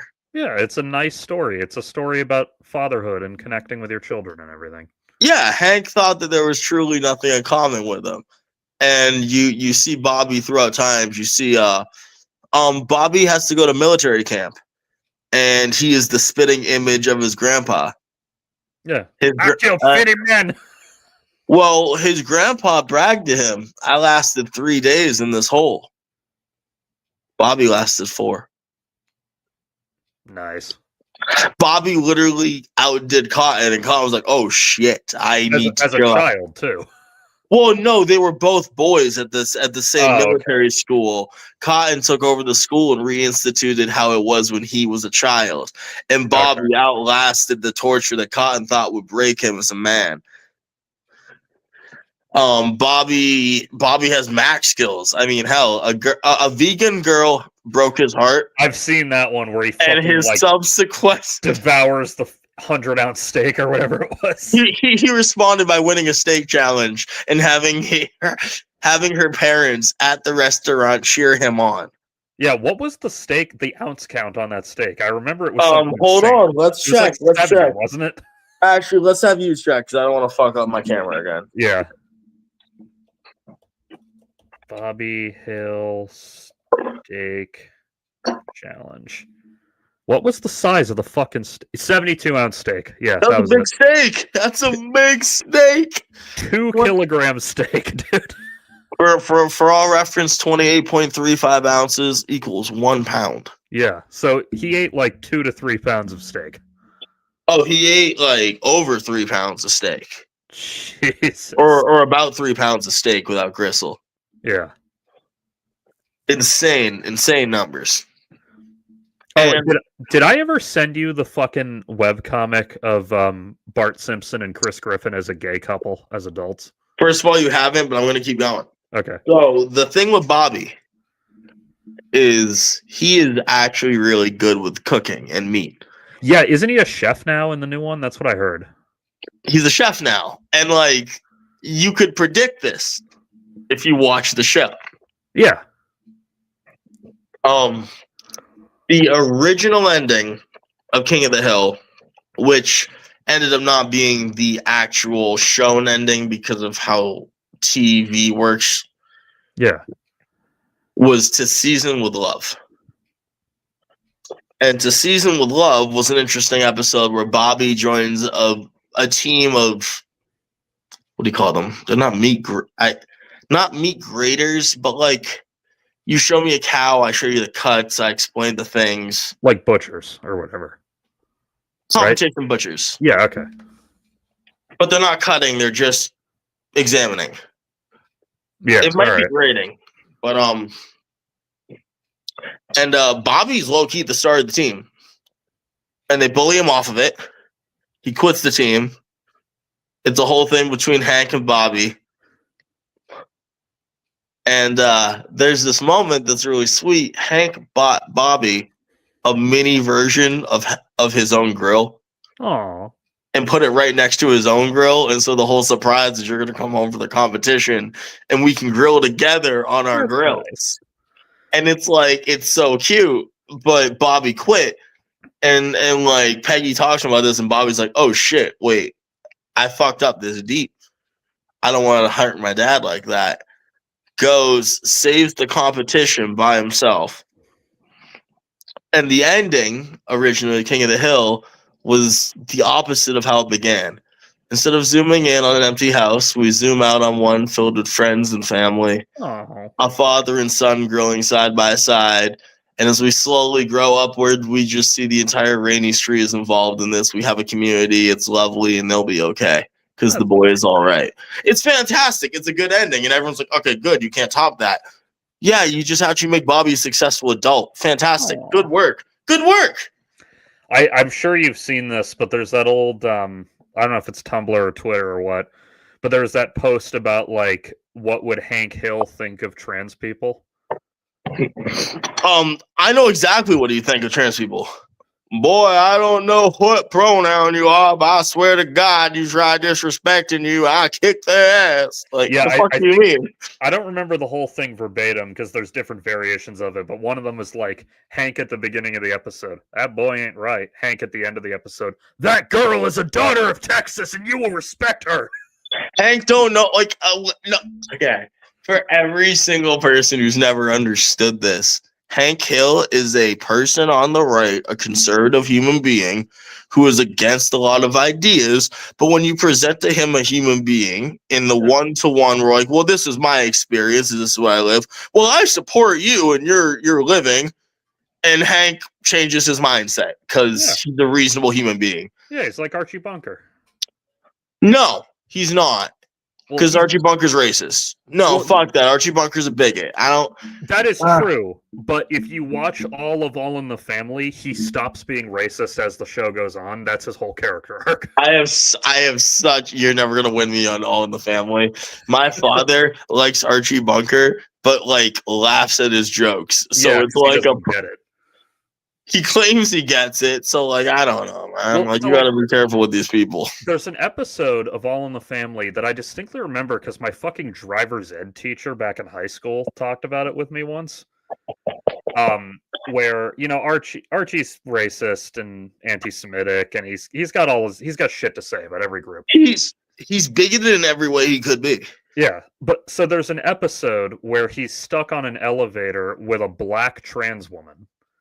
And of course, and you're like, oh, Wait, hold man. on. I have to ask something. Yeah. Is it a black trans woman or a black drag queen? No, it's a trans woman. Like she became a Okay. recurring character on the show as one of his wife's like friends who would show up here and there. Like when the scene required his wife to have her friends over, like the black trans woman would often be one of them. Okay. So he's on the elevator with her, and of course you can see in his eyes like, oh no, what's he gonna fucking say? And then she has like a heart attack or something and collapses. And he's like, oh, fuck. And he starts doing the chest compressions and the CPR. And part of it is a joke of like, haha, it looks like he's making out with the trans lady. But it speaks to his character because while, yes, he has his shit he wants to think and say, when the chips are down, that's a fellow human being and he's going to do whatever he can to help. Like, that's Archie's thing throughout the show, is that when the chips are down, he's going to do the right thing in the end. I'm not going to try to hop on a soapbox too much here, but I'm going to say the chips are always down for people in impoverished and oppressed situations. Yeah, Archie is definitely limited by the time and place he lives in. In fact, even... so they did like a spin-off later on called, I think it was called Archie Bunker's Playhouse. And it was basically just more seasons of All in the Family with some new characters added in. I don't know if that, like, I would prefer if with something like that you have an end where he's just not woke, but like not a bigot, and we could see it as an arc. That's kind of what happens. And the reason I'm bringing up Archie Bunker's Playhouse is because in that show, he and his wife informally adopt this like neighborhood girl. Like God! Like they don't legally adopt her. I don't think. Like her mom's a piece of shit, so they take care of her, type of thing. So the black girl? No, it's a Jewish girl. And the last time they address Judaism with Archie Bunker, I believe in the whole series, is him ending the episode by buying her a Star of David necklace.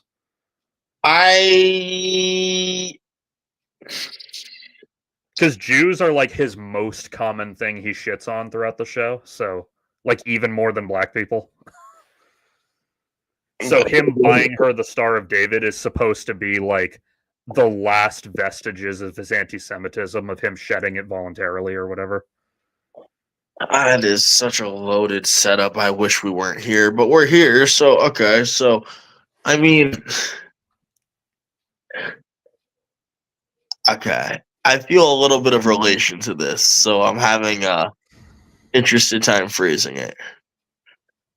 You don't just acknowledge she's Jewish, my guy. Like, yeah, I keep in mind everything I'm saying is half remembered from episodes I saw years ago or Wikipedia articles, so there's probably more to it than that. But like, fair.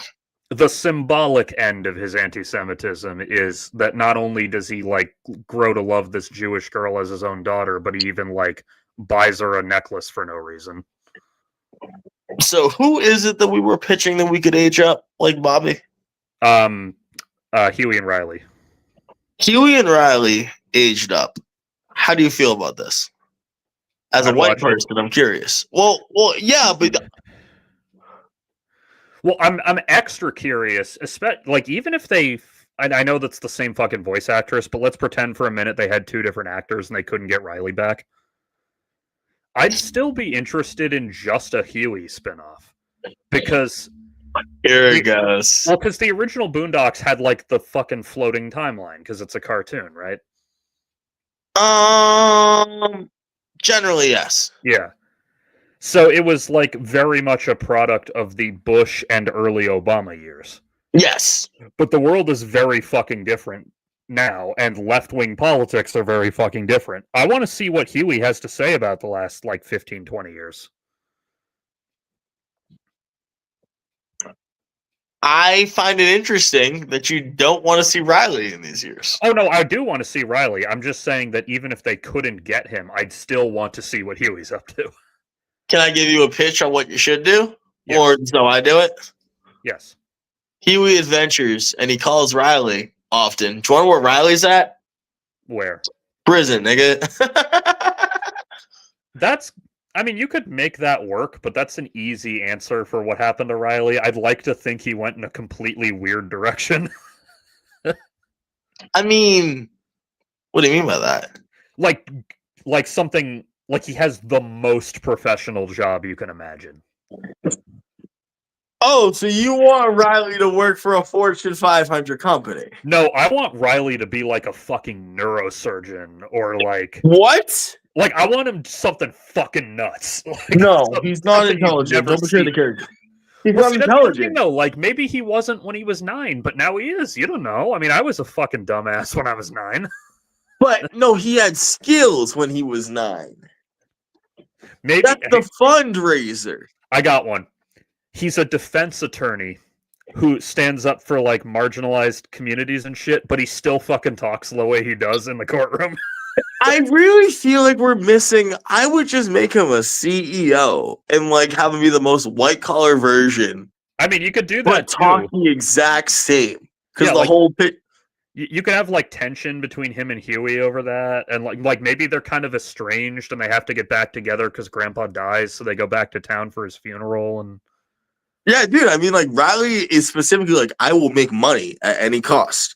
That is his entire pitch. So I think it would be really great. You put him in a comedy, you put him for a boardroom. Man, these niggas fucking tripping, thinking I go fucking lay down. Riley, don't fucking lay down. You listen to Yeah. me. So here's what we gonna do. We're gonna take that stock and we gonna motherfucking get it jacked up. he's in a business meeting with like fucking Bill Gates or someone, and he just goes like, "Bitch, you gay."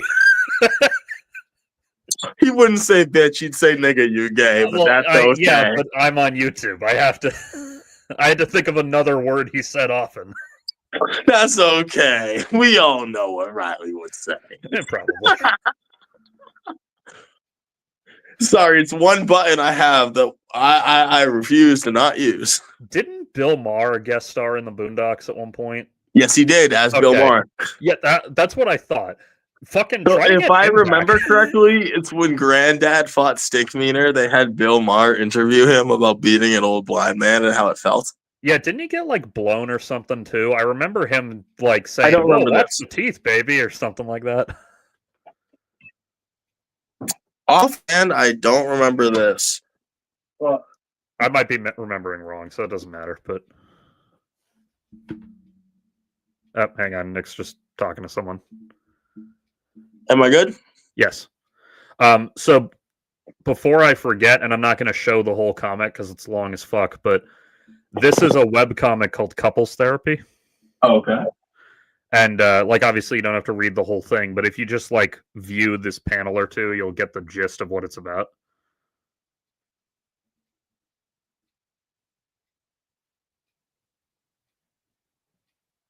Hold on 1 second. All right.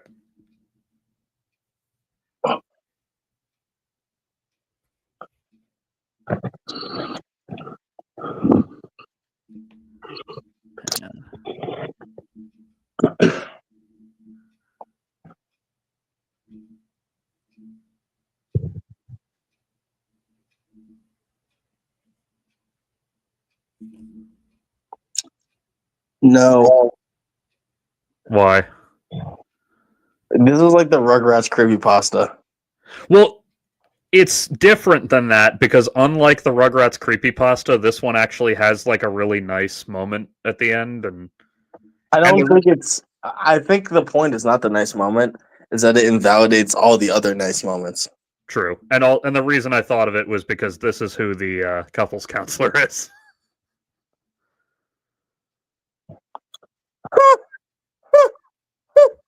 I mean, they drew him pretty accurately. Yeah, there's a little sequel to it as well. That's like I don't think Bobby is in it briefly, but yeah, there's like a little sequel to it. I mean, the way they grew up Hank worked. Yeah, Do you know where he's been? yeah, he was in Saudi Arabia or something, wasn't he? He was in Saudi Arabia.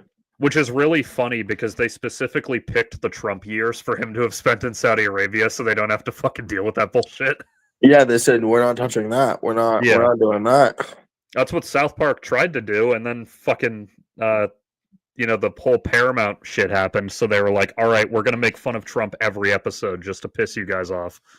There's another level to it that I read that I found really interesting, and I think everyone would enjoy. What's that? I don't have the exact article. If you want to give me a second, I could pull it up, but first let me explain. Okay.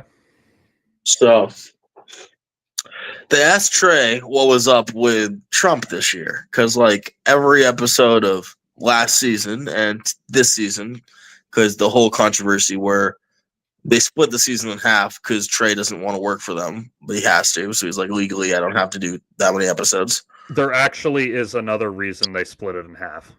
What is that? So that there's no episode 6 or 7 in either season. Yeah. No, literally, that is why they did it. That I don't disagree. I think both points work. So what I read was when they asked Trey, he responded with, well, the original plan was just the first episode was going to be this Trump thing. And I was going to do a throwback to the old movie, you know? Hey, Satan! Yeah, and like for everyone who didn't catch it, the music is the same as the 1997 movie. No, they literally like were extra insulting to Trump by not even coming up with a new joke. No, well, I think the joke is it's the same entity because like there's no reason to make a new entity when it's the same point. It's just a new face on it. So let's reskin the thing we all know and love. Let's show the vocal or the auditory and the auditory and the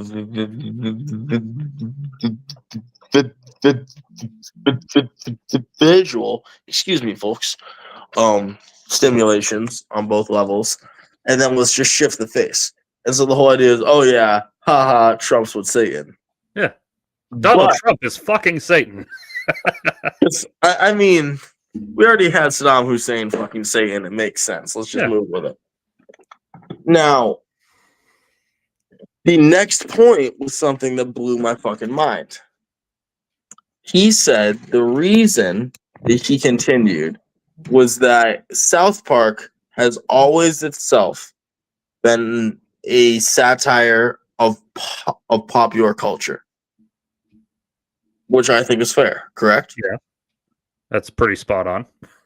What happens when the popular culture becomes politics? We don't like to talk politics at South Park, but when the popular culture is politics, we now have to make fun of that. True.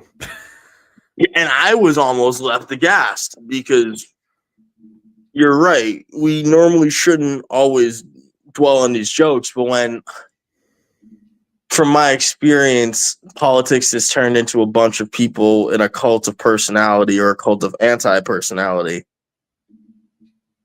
Yeah. there should be a joke on it.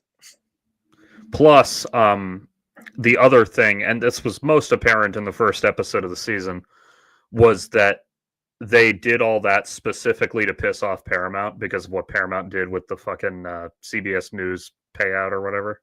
So that was clearly intended with the first episode. I feel like everything following was just what else do I do, considering what people care about right now. That is true, though I'm sure they are also getting a really fucking big kick out of the fact that Paramount can't cancel their show.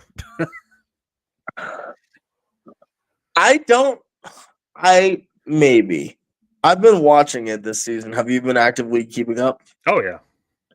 Dude, I keep up with modern fucking Simpsons. You think I toss South Park out of the fucking... I mean, you don't keep up with modern Star Trek. Hey-o. I'm fucking getting there. I just watched Kirk talk a computer to death for the fourth goddamn time. Earlier today. I need you to see a black man talk Jean-Luc Picard to death for the first time. Okay, so for some reason I did see the first couple episodes of DS9, so I have seen the We Met in Battle scene where Picard is just like, okay. Man is dressed the fuck down and he has to go, oh. I guess there's probably a lot of people like you, huh? Also, I did see Cisco in American History X, where he plays a very similar character. A principal, yes. Yeah. Okay. The greatest part of Star Trek DS9 is when you reach the flashback time. Oh, I'm not even going to describe what it is. Is it the one where he's like back in time in the 50s and he's a sci-fi writer or whatever? Because I know about that one. That is not a one. It's not a one scenario, but yes. That guy. This is the problem with like knowing some stuff, but not all the stuff. That guy is real. Yeah, I know. Well, I sort of know it. Like I know about that part. I know that Cisco is like literally a deity to one of the alien societies or whatever. Didn't they go back in time and ensure his conception or something? Wasn't that part of it? Something like that. Yeah, okay. Like I've heard bits and pieces over the years, so I've pieced together some of Cisco's history. This Cisco is a guy. Like, stop fucking with the Cisco and watch DS9. Like, I am going to. In fact, I don't know. I don't think I told you this. This time, this Star Trek viewing, I'm not only going to watch all the projects in order, I'm going to go by air date. I found one of the autism websites that tracks the air and release date of every episode and movie, and I'm going to fucking watch it like that. I need to ask you, because I'm pretty sure there's a point where Voyager and DS9 are going interchangeably. Can you just fucking watch DS9 before Voyager? Well, I was going to watch both of them, but yeah. But watch one before the other. Yeah, well, I'm going to fucking like keep track of the air date and like, all right, DS9 Voyager, like I'm gonna do it like that, so I watch it exactly in order. You don't need I know I don't need to, but like I'm interested in challenging myself here. I just want you to be able to talk about the good stuff, like Space Holocaust. Which one? The most important, the Bajoran. Yeah, because technically Kirk like was a survivor of a small Holocaust. And no, he's a survivor of a genocide. Well, yeah. I call it a Holocaust because this is like it's like racially motivated. Okay. it's racial / religion motivated. Like convert maybe, and you can be okay. Like it's a whole thing. Yeah, Kirk's was more of a Thanos situation. Where Yeah, that is the not ones what he we're thought dealing were more with. likely to survive. So DS9 centers with the station is around Bajor. Yeah, I've seen the attention Bajoran workers meme. Yeah, the entire station used to be run by Bajoran slaves underneath Cardassian officers. Yeah. Part of the reason why the whole place is haunted. By the way, if you ever listen to the audiobooks of because Shatner wrote some of his own Star Trek novels for some reason. And I think he I did love that. I don't know if he did the audiobooks for I love his him. or for others, but he did the audiobook for some Star Trek book series. And it's been humorously pointed out that he repeatedly pronounces the word as Kardashian. I don't know how people deal with pronunciations. Also, in the Nazi Planet one, he repeatedly said Nazi, which is kind of funny to me. Every time I read Space Potato, when they do Latin, they do plurals by just putting ESs like octopuses. What isn't it? Octopi? Yeah. Well, usually? they made a English distinction that is octopuses because they did they're trying to not do that. But like Maybe.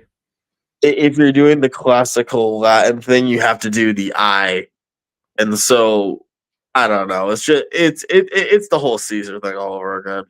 Also, when I was skimming around on here before you arrived, I briefly came across a Wikipedia thing talking about the same Fallout thing you told me about with Kaisar and everything. I told you Macaulay Culkin's coming. Yeah, well, they were talking about it because I was reading a thing about Heart of Darkness, and they were saying that the Kaisar bit is like evocative of Heart of Darkness. What do you mean? Like the notion of like rogue military commando or commander has like gotten the natives to worship him like a god. Like, so that's the impact of what he. Did I say this on stream or was this just a me and you thing? I forget, but say it again just in case. So with Kaisar, the idea is a follower of the apocalypse, a charity man, read a bunch of books, decided autocracy was the best bet, and ended up making a cult of personality, exactly like you described. Yeah. So that is like vaguely similar to Heart of Darkness. All right. Yeah, he the idea is what he ends up making is Heart of Darkness but his intentions are not that, and you get the clear explanation from multiple factual sources. So okay, I'm gonna say it for everyone here on stream. If you think the NCR is the reasonable answer in Fallout New Vegas, you need to rethink your choices. If you think the Legion is the correct answer in Fallout New Vegas, you're a fucking psychopath, and I'd like to talk. So it's literally the Democrats and Republicans? Kind of, but it gets deeper than that because, okay, this is a post-apocalyptic world, right? Yeah. So you probably shouldn't side with the people who want to remake the entire system that created the post-apocalyptic world. That's not ideal. That's just kind of falling into a rabbit hole of we've already been there. Why would we do that? Yeah. You can't side with the Brotherhood of Steel because they're isolationists. They don't like you and they don't trust anyone. And they got those big ass fucking robot suits too, that they're gonna like stomp you to death with or whatever it is they do. They're gonna fuck you up. Yeah. So funny enough, there's two options. One is the industrialist. You take Howard Hughes and Walt Disney having a fusion dance, and you consider, yeah, he's probably part of the reason the world's like this, but he survived, he kept part of the world safe, and now he wants to go to space. Oh, God. Oh, that's his whole... I'm not, like, mad that this game was written, like, 15 years ago or 10 years ago. Yeah, no, it's just that like I know that Elon Musk fucking played this game and was like, "Who? Hell yeah! I'm gonna, I'm gonna go to space." Elon wanted to be Mr. House. That is Yeah. that's the facts of the matter. And like Mr. House, once again, every faction is flawed. He's not a great option, but at the same time, he's one of the most secure Yeah. because he's managed to keep a place safe in an apocalypse. I get why you like this game because this is very much a "what kind of person are you" type of game. Yes. While you do it all, Yeah. while you enjoy this, it's like, how do you view this situation? Yeah, that was the first game like that I ever played was fucking Spec Ops: The Line. Like I think that was the first M-rated game I ever owned, which is a really fucked up way to start. You have to travel through the entirety of Fallout New Vegas to really get a good sense. But if you go and talk to farmers, right, and get weird dialogue options, Yeah. they'd be like, "Yeah, I have to pay taxes now, and I can't afford like my food because the NCR moved in." Yeah. And then if you talk to weird traders, they'll be like, "Oh, I used to have to hire guards, but now I don't have to, so I make more on trade revenue, but I'm not allowed to sell chems. So it's kind of a weird option, but I feel better as a merchant." And You it's know, like, oh, there's benefits and negatives to both the societies you view as obviously negative and positive. yeah, and we have to go in a minute anyway, but before I do, and I want your opinion specifically, with that next Avatar show they're working on, would you be interested in seeing a Fire Nation with no Fire Lord? Like, would that be story interesting to you? I mean, Is Azula dead? Azula's probably dead by Legend of Korra, honestly. Why? Just from old age, she'd be like 85. Iroh lives in the spirit world. Toph lived to be old as shit. Yeah, I mean, Azulon was old as fuck, and we know that you don't have to bend. You can just live on a mountain and be old as shit. You're telling me Azula, the power crazy, weird woman who pretty much was obsessed with being better than everyone else, yeah, wouldn't be alive when her brother, Zuko, is alive and able to bend some shit. yeah, okay, fair. Yeah, in real life, she'd probably be dead. But anyway, let's Avatar wise, she is not. She's yeah, not dead. I'm sorry. let's assume she's out of the picture. Okay. Because this is after Korra too, so now we're talking As like long a as century and a Azula's half. dead, it's fine to have no Fire Lord. That's no. But what I'm saying is like she needs to be dead, and Well, I need to know she's dead. the reason I thought of it specifically is because in Avatar: The Last Airbender, all the societies we see are still like feudal, like they have kings and shit. But then in by the time Korra has come around, we have Republic City, like, or we have in general the United Republic, which is democratic, and then we have like the small. What was the Are fucking you doing what I think you're doing? what? Hear me out. I might be misreading you, Okay. but I'm hearing, the Fire Nations based on Shinto Imperial Japan, with stretches, obviously. Yeah. But Loosely. like, we take out the Emperor, we could almost have a warring periods of the Fire Nation. I think you would have like daimos almost. Like you would That could you have happen too. fire wars. I was going with a much more optimistic take on that. No, they're killing each other. They are immediately smashing. There are kicks at all angles. So when we last see the Fire Nation in Legend of Korra, they still have a Fire Lord. They're being governed by Zuko's, I believe, daughter. Yeah. But it's like fairly, I hesitate to say democratic, but it's certainly benevolent rule, if nothing else, it appears to be. Cora's a big fan of let's just move to democracy because that's modern progress. Well, yeah, because what the fuck was that little Earth Kingdom colony that that Lynn's sister was running? What was that called? I just call it the Metal People. Yeah, that one. Whatever it was. So she kind of explains the concept of democracy in that scene, and Korra's like, "Huh, I never really thought about that, but you're kind of onto something." Didn't she explain a republic?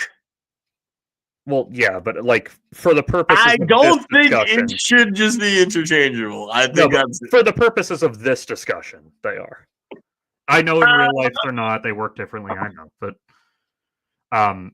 I know republic is representative, democratic is theoretically direct democracy. I know, but anyway, the point is that since some of the nations a in this, democracy is Black Mirror. A republic is informed electorates. yeah, basically. So since some of the nations of the Avatar world are embracing democracy by this point, I could easily imagine that Iroh the Second, he was Zuko's grandson. Yeah, I could because so he's presumably the heir to the throne, unless he has like an older brother we don't see. But By the way, yeah, I'm sorry, but you just spurred a question on me. no, that's fine. If the Earth Kingdom is now the Earth Republic, how does the Metal City factor into this? When they're like, no, like, Well, that's not what I signed up for. they appeared to be an independent colony when we saw them, so maybe they're just still independent. It felt like they were independent with allowances from the current government, but the government changes. So maybe, well, I mean, I feel like a new government would be more willing to let them be independent. So I don't know. Maybe they just go down like American Samoa, where they're like kind of part of the Earth Kingdom, but also not. Like Maybe they go down like Hawaii, where yeah, exactly. Well, maybe they go down to the Philippines, where hopefully better than those places. But yeah, I don't know. I could easily imagine Iroh the Second inheriting the Fire Lord title, but because he's so used to the United Republic going, fuck it, I'm abdicating and turning the Fire Nation into a democracy. How do you do with the Water Kingdoms? There's two of them. There are. They'd presumably be the last to sign up, but they're so small. Like they're tribal chieftains. That's a hard sell. Yeah, they are. I mean, I hate to say that the tribal chieftain thing works because it's got its issues, but when you have like 400 people max in your society, it's a little easier to make something like that work without oppressing anybody. Nope. South and North Pole. I mean, the South Pole grew crazy after Katara, and North Pole already was just like. Yeah, so presumably they'll sign off eventually. I don't know. I could definitely see Iroh the Second specifically saying, "I'm abdicating the throne. We have democracy now," and then declares elections. But he's so popular that they all force him to run, and he's reluctantly fire president. I want someone to be like, nah, fuck all that. I'm the new Fire Lord. Since you guys forgot how this works, I'm the Fire Lord now. Before we go, did you ever read the Avatar comics, the Dark Horse ones? I read everyone that involved Aang. Okay. So you remember the thing where Iroh the First was interim Fire Lord? Yeah. I just love that literally the only thing he does is make a tea-themed holiday because that's the only thing about power that interests him. I really feel like they were scared to write him doing anything. I mean, he does appear for 5 seconds, to be fair. Like, the story isn't about him, so I get it. Yeah, but if he does anything, it moves the worlds. Calling him a dragon is one of the most accurate points because he lies down, sleeps, drinks tea. And the moment he cares about anything, world development change. I love Iroh. I love him so much. He's the greatest. I love that. One of my favorite fucking visuals in that whole show is in the beginning of the series finale when they're prepping to invade. And the comet's overhead, and he just takes a deep breath and goes... And you realize, like, oh, fuck, that's what he can do when he's not trying. He sucks it back in as he breathes in, and then goes... And he does it again. Yeah, it's like, okay, the comet is so powerful that Iroh can do that with, like, a practice move. Like, oh, fuck. I really enjoyed some of the subtlety in the finale, and some people don't necessarily think about this. Which one? When the White Lotus runs in, you have Zhang Zhang, who immediately goes on full attack. Yeah. Like all his bending is offense. Yeah, that seems to match what his character is like from when we saw him before. Iroh uses fire bending that is actually in other forms of every element. That is true. And that's how he just moves around and like does tactical shit constantly. I hate to give the M. Night Shyamalan movie credit for anything. What? But one thing I will give it credit for, one and only one. As stupid as the idea is that firebenders need an external source of fire to bend, as stupid as that is, here we go. Assuming that to be the case, I do like that Iroh is the only firebender in the movie who can bend with just his chi. I like that. That okay. Yeah, that is the one thing I will give that movie credit for. Like, okay. I have to say, I'm a little confused. Okay. Because I was just thinking through. And like, there's the TV show, right? Yeah. And there's the other TV show. What are you talking about? The M. Night Shyamalan movie.